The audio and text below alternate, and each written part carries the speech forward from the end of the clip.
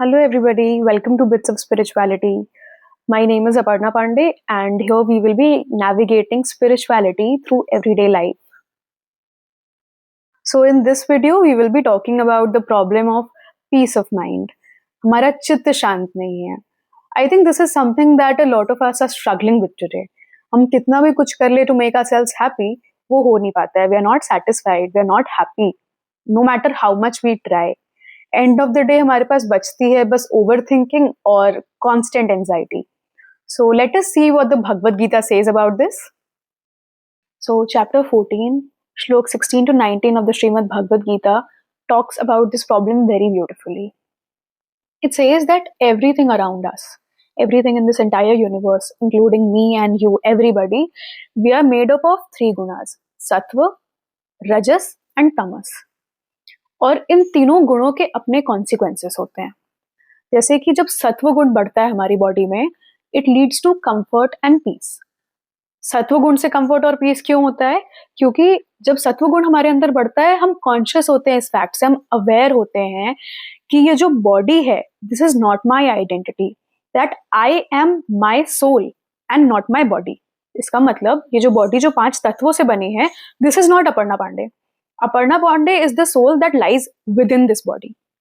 This body is mine. ये body मेरी है, पर मैं ये बॉडी नहीं हूं. इसका मतलब किसी ने अगर कुछ बुरा कहा, किसी ने कुछ हानि पहुंचाई, एवरीथिंग रॉन्ग डन या everything right also done is done to this body and not to this soul, because nobody knows that soul. And ये जो सोल है, it is a part of the supreme being. It is the part of the God almighty. तो naturally ये soul है, ये indestructible है. कोई इस सोल का कुछ बिगाड़ ही नहीं सकता, और ना ही इस सोल का कोई कुछ बना सकता है. एवरीथिंग दैट इज डन, सारे रिश्ते, सारे relations, everything is limited to this body and not to the soul.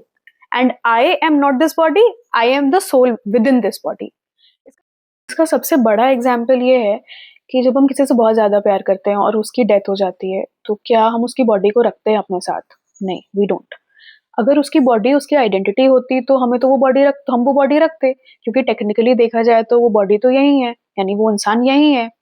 But we don't do that because we know that वो सोल जा चुकी है. वो सोल उसकी आइडेंटिटी थी एंड नॉट दैट बॉडी. तो वो बॉडी अब हमारे लिए यूजलेस हो जाती है. We burn that body off. And we also know that उस सोल का हमसे कोई रिलेशन नहीं है, विच मीन्स कि the soul which is within this body, इसका भी किसी से कोई रिलेशन नहीं है. किसी ने कुछ अच्छा किया या किसी ने कुछ भी बुरा किया, वो इस बॉडी के साथ किया, इस सोल के साथ नहीं किया. इस सोल का किसी से कोई रिलेशन नहीं है. So it means that I am not my body but my soul. इसका मतलब this body is just a vehicle through this life, only through this life. This realisation makes a person सात्विक. Now the next गुण is रजस. जब रजोगुण हमारे अंदर बढ़ता है, इट लीड्स टू दुख. ऑलवेज दुख होगा, डिससेटिस्फैक्शन होगा, एंजाइटी होगी, ओवर थिंकिंग होगी. कभी आपको सेटिस्फैक्शन नहीं मिलेगा, इंसान लोभी बन जाता है. क्यों? बिकॉज इन रजोगुण we are always meditating upon people. All our actions are done to impress people. अब जैसे मान लीजिए आपने किसी के लिए कुछ अच्छा ही किया, बट आपने लोगों किसी के लिए किया, right? You did it for that body. जब उस इंसान की बॉडी उसकी खुद की नहीं है, तो वो बॉडी हमारी कहाँ से होगी? तो जब आप किसी के लिए कुछ करते हो, you get attached to that body. आप उस बॉडी से एक्सपेक्टेशन रखने लगते हो. आप उस बॉडी से you get attached, you get आसक्त इन दैट बॉडी. आपको मोह हो जाता है उस बॉडी से. वो बॉडी उस इंसान की भी नहीं है, तो ऑब्वियसली वो बॉडी मेरी भी नहीं होगी. तो इससे होता है हमें दुख, हमें डिससेटिस्फैक्शन होता है, हमें एंजाइटी होती है, हमें बहुत बुरा लगता है, हम परेशान रहते हैं कि हमने तो इतना इतना किया भाई, बट हमें रिटर्न में कुछ नहीं मिला, या उसने हमारे साथ ये नहीं किया, उसने हमारे साथ अच्छा नहीं किया.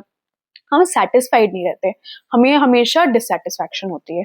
हम हमेशा क्वेश्चन करते हैं कि ये हमारे साथ ऐसा क्यों किया इसने. क्योंकि हम टेक्निकली देखा जाए तो हम उस इंसान के लिए नहीं करते, उसकी बॉडी के लिए करते हैं, राइट? अगर हमने उसके सोल के लिए किया होता तो हमें फर्क नहीं पड़ता. वो बदले में हमारी रिस्पेक्ट करे, हमारी रिस्पेक्ट ना करे, हमें फर्क नहीं पड़ता. बिकॉज हमें पता होता कि उसके अंदर एक सोल है जो हमारे भगवान का एक अंश है. तो हम जो भी एक्शंस कर रहे हैं, हम अपने भगवान के लिए कर रहे हैं.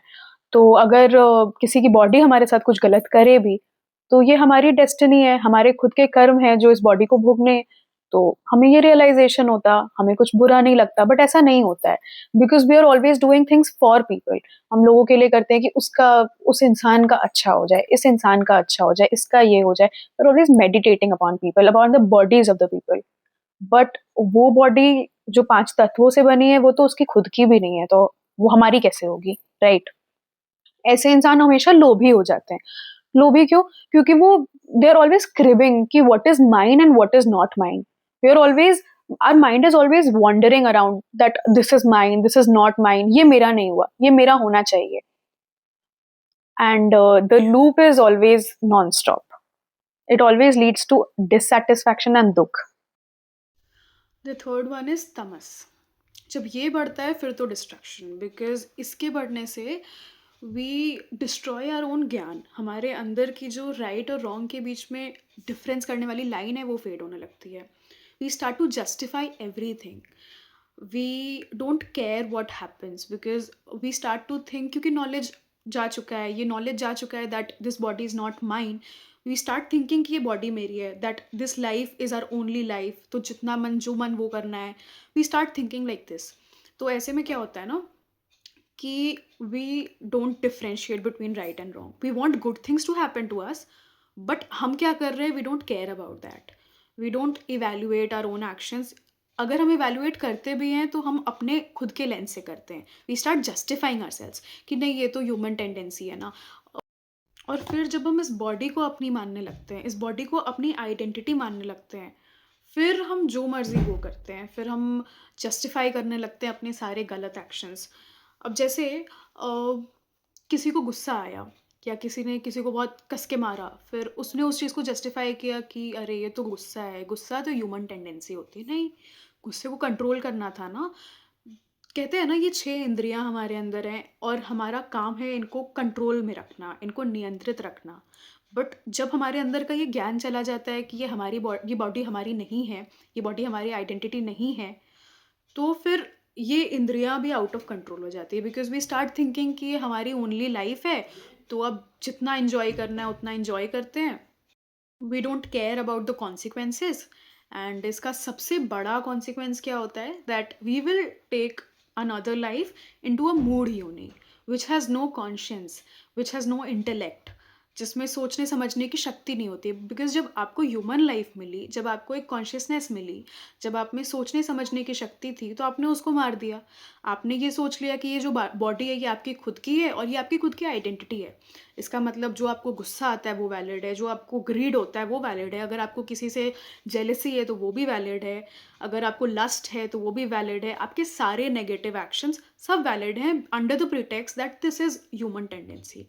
एंड उसके बाद हम डिनाई करने लगते हैं सारी चीज़ें, सारी राइट चीज़ें, जैसे लॉ ऑफ कर्मा, कि अरे कर्मा वर्मा कुछ नहीं होता है, जो करना है करो because this is the only life.